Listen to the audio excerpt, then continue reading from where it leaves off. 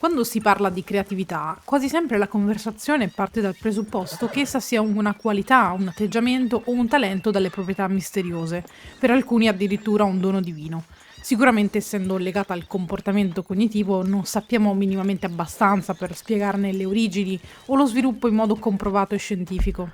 Ma spesso in campi complessi come quelli dei videogiochi è pensato come qualcosa che alcune persone hanno e altre no. Ma è veramente così?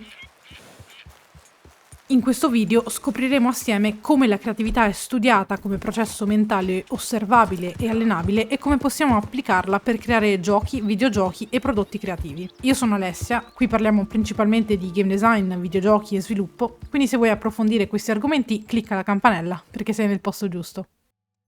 Nella storia orientale, la creatività non è solo vista come invenzione, ma come rivelazione del vero, profondamente legata alla spiritualità e alla capacità di seguire canoni estetici che riflettono l'eleganza e l'armonia cosmica predicate dal taoismo o dal buddismo, per esempio. Alcuni concetti spirituali orientali si rifanno ad un concetto di creatività come armonia di sé con il cosmo, integrando il pensiero divergente con l'autosservazione, mentre l'estetica, ad esempio giapponese, integra il concetto di creatività come trasformazione dei limiti e imperfezioni in espressione artistica e di sé. Quantomeno nella storia occidentale, all'uomo prima del Novecento erano invece attribuite qualità dai nomi diversi. Sia all'estremo oriente e verso l'occidente, fin da Aristotele, l'uomo ha riflettuto sulla creatività non solo come abilità tecnica, ma come presupposto cognitivo e psicologico. È solo nel Novecento che l'idea di creatività come atteggiamento mentale tipicamente umano inizia a essere studiata in modo sistematico, con i primi contributi scientifici che risalgono agli anni '20. Nel libro Demystifying Creativity di Vosi Mesmer, da cui ho preso spunto quantomeno per iniziare questa serie di video sulla creatività nel mondo dei videogiochi e dei media, parte proprio da qui.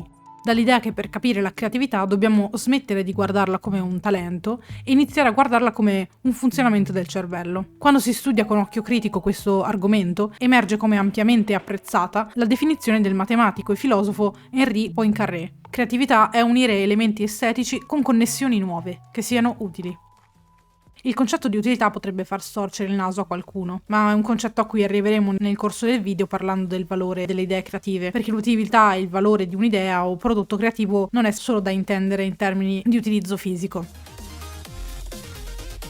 Da quel momento iniziano anche le prime osservazioni sistematiche su come la creatività si distribuisca nel corso della vita. Studi pionieristici di Francis Galton prima e soprattutto le ricerche quantitative di Harvey C. Lehman negli anni 50, basate sull'analisi di migliaia di biografie di scienziati, matematici, scrittori ed artisti, hanno evidenziato che in campi fortemente formalizzati come la matematica o la fisica teorica, i contributi più innovativi tendono a concentrarsi in età relativamente giovane, spesso tra i 20 e i 30 anni, mentre in ambiti come la letteratura, la musica e le arti figurative, la produzione creativa può rimanere significativa e continua a evolversi anche in età avanzata. Per i videogiochi ovviamente non abbiamo dati simili a riguardo, ma questo tipo di studi può farci capire cose molto interessanti. Queste differenze infatti sono state successivamente confermate e approfondite da Dean Keith Simonton, che ha mostrato come il picco creativo non sia legato all'età in sé, ma al tipo di conoscenza della persona e al suo campo.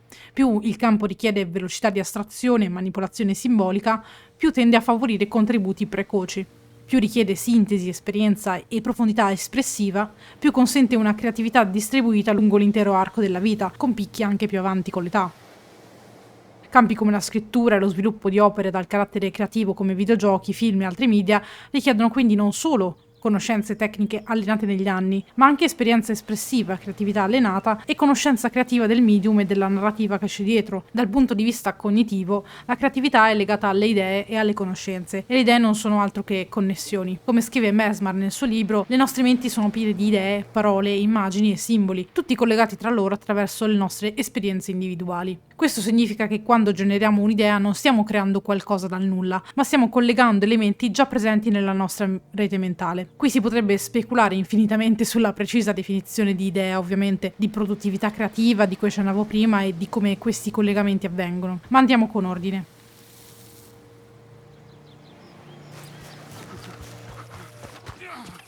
Please, quick, you gotta get this off me. come no. Uno degli elementi fondamentali che permettono al pensiero creativo di formarsi risiede nel modo in cui le connessioni tra idee e concetti sono organizzate nella nostra mente. Secondo la teoria associativa della creatività formulata da Sarnoff Mednick, questo sistema di connessioni prende il nome di gerarchia associativa. Possiamo immaginarla come una sorta di mappa mentale in cui ogni concetto è collegato ad altri, con intensità o probabilità diversa. Alcune associazioni infatti sono forti, immediate e molto ricorrenti negli individui, e altre sono più deboli, meno frequenti e quindi anche meno accessibili. La struttura di questa mappa non è uguale per tutti, ovviamente, ed è proprio qui che emergono differenze significative nel modo in cui le persone generano idee. In una gerarchia associativa, potremmo dire rigida, a ogni stimolo seguono quasi sempre le stesse associazioni comuni. Se da game designer, per esempio, pensiamo alla parola platformer, non so, le prime associazioni saranno magari salto, precisione, livelli, ostacoli. Queste associazioni non sono sbagliate, anzi sono corrette e funzionali, ma sono anche molto comuni e prevedibili. Nel contesto del game development, questo tipo di gerarchia tende a produrre idee che rientrano, diciamo, nei canoni standard del genere e che difficilmente si distinguono. Per fare un altro esempio, di fronte a uno stimolo roguelike potremmo pensare immediatamente a morte permanente, randomizzazione e progressione, costruendo soluzioni che ricalcano questi modelli già esistenti. Una gerarchia associativa più ramificata, potremmo chiamarla, funziona in modo diverso. In questo caso allo stesso stimolo iniziale non rispondono solo le associazioni più comuni, ma emergono anche connessioni più lontane e meno ovvie. Prendiamo di nuovo l'esempio del platformer. Oltre al salto e precisione potrebbero emergere associazioni come ritmo, respiro, tempo di reazione, non so, flusso, musicalità, parole che ci possono ispirare a sviluppare idee, magari sì già esplorate da altri, ma pensando in modo meno rigido e allenando il modo in cui arriviamo alle idee e ai brainstorming di design originali e divertenti. È da questo tipo di brainstorming e di connessioni che nascono idee come Celeste, in cui il platforming non è solo una sfida tecnica, ma diventa quasi una metafora emotiva, oppure come Super Meat Boy, dove la ripetizione rapida trasforma il fallimento in parte integrante dell'esperienza. Entrambi sono platformer, ma sono designati in modo radicalmente diverso. Questo meccanismo è ancora più evidente quando si analizzano le associazioni legate a concetti un po' più astratti dei giochi. Prendiamo lo stimolo ad esempio del fallimento. In una gerarchia rigida la parola fallimento è associata a game over, punizione, perdita di progresso. La stessa parola però può essere collegata a, non so, apprendimento, feedback, addirittura narrazione, esperienza condivisa. È proprio questo tipo di associazione che ha permesso la nascita di giochi come Dark Souls da un lato, dove il fallimento non interrompe l'esperienza ma la struttura, oppure ancora meglio di Hades, che utilizza la morte come elemento narrativo e progressivo centrale, invece che come semplice penalità, diciamo. Gli individui altamente creativi tendono ad avere gerarchie associative più cosiddette ramificate, e questo spiega perché riescono a collegare concetti apparentemente lontani con naturalezza. Non perché pensano meglio, ma perché la loro rete associativa consente percorsi alternativi. Nel game development, appunto, questo si traduce nella capacità di prendere un sistema esistente e vederlo trasformarlo, plasmarlo sotto una lente diversa. Portal, ad esempio, nasce dall'associazione fra puzzle, fisica e percezione spaziale. Ovviamente poi l'idea e il gioco in sé non emergono semplicemente da una singola associazione brillante, ma devono essere sviluppati in un processo creativo che permette il design delle meccaniche nel dettaglio e la creazione del gioco, che è un argomento che approfondiremo nei prossimi video della serie. Per fare un altro esempio interessante, possiamo parlare degli open world. In una gerarchia rigida, open world è associato a libertà, ampiezza, collezionabili, magari missioni secondarie. In una gerarchia più ramificata possono emergere associazioni addirittura come limitazione, orientamento, solitudine, ritmo, relazione con lo spazio. Ed è da questo tipo di connessioni che nascono esperienze come Death Stranding o ancora meglio A Short Hike, dove l'esplorazione non è definita necessariamente da una mappa molto vasta e dalla quantità di contenuti, ma dalla qualità del rapporto fra il giocatore, l'ambiente e la sua narrativa. Comprendere il concetto di gerarchia associativa è fondamentale perché sposta il focus della creatività da un'idea romantica di ispirazione a un processo che possiamo osservare e praticare noi stessi. Nel game development migliorare come creativi non significa cercare semplicemente l'idea originale, ma lavorare per rendere la propria gerarchia associativa più ricca e meno rigida. Ogni gioco giocato e condiviso, studiato in profondità, ogni sistema che viene analizzato non solo per ciò che fa, ma per ciò che ci provoca, ma anche ogni esperienza esterna al medium diventa un nuovo nodo, potremmo dire, di questa rete associativa. Ed è proprio questa densità di connessioni che aumenta la probabilità di generare idee che non siano semplicemente corrette. Ed è proprio proprio tra la vita e il gaming che questa densità di connessioni aumenta la probabilità di generare idee che non siano semplicemente comuni, ma che siano nostre. Questo aspetto della creatività è strettamente collegato al pensiero divergente.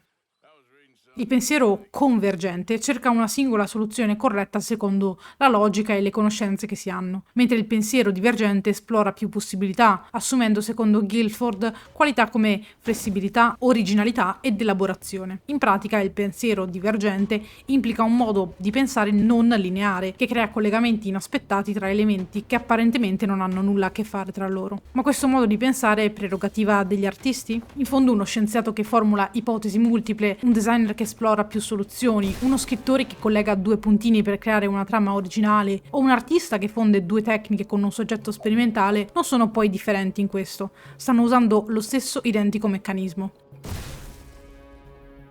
Questo è fondamentale sia che siate creativi, ma soprattutto game developer, perché in discipline così variegate in cui la tecnica si fonde alla parte visiva, alla narrativa e all'estetica, riuscire non solo a collegare i puntini, ma a farlo in modo originale, prolifico e flessibile è la svolta per creare prodotti innovativi e di qualità. La creatività non è separata dal processo di creazione del gioco, ne è una componente strutturale, dalla concezione dell'idea fino all'iterazione dei suoi processi creativi. A questo punto è utile distinguere con precisione tra creatività e originalità, perché nel linguaggio comune i due termini vengono spesso sovrapposti come se indicassero la stessa cosa. In realtà la creatività non coincide automaticamente con originalità e confondere le due porta spesso a fraintendimenti sul valore delle idee. Come scrive Mesmer nel suo libro, la creatività non è ricreare. Riprodurre qualcosa che esiste già, anche se fatto con una grande abilità tecnica, non è un atto creativo nel suo pieno senso del termine. L'originalità infatti entra in gioco quando un'idea si confronta consapevolmente con le aspettative condivise e sceglie di deviare da esse. Non si tratta semplicemente di fare qualcosa di nuovo o di mai visto prima, ma di riconoscere una norma, una convenzione, un'abitudine percettiva e ribaltarla in modo significativo. Un'idea originale sorprende perché si muove fuori dai percorsi più battuti, ma rimane leggibile e comprensibile all'interno del contesto in cui viene proposta.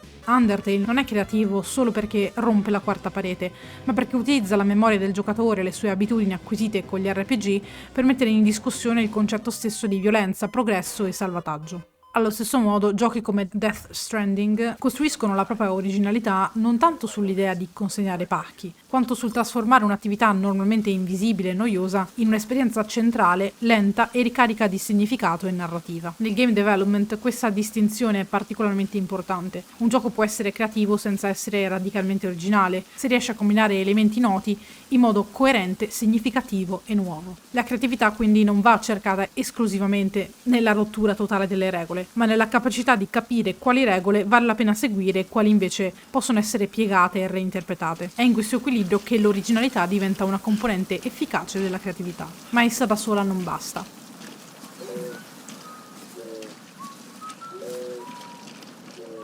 Un'idea può essere originale e comunque inutile.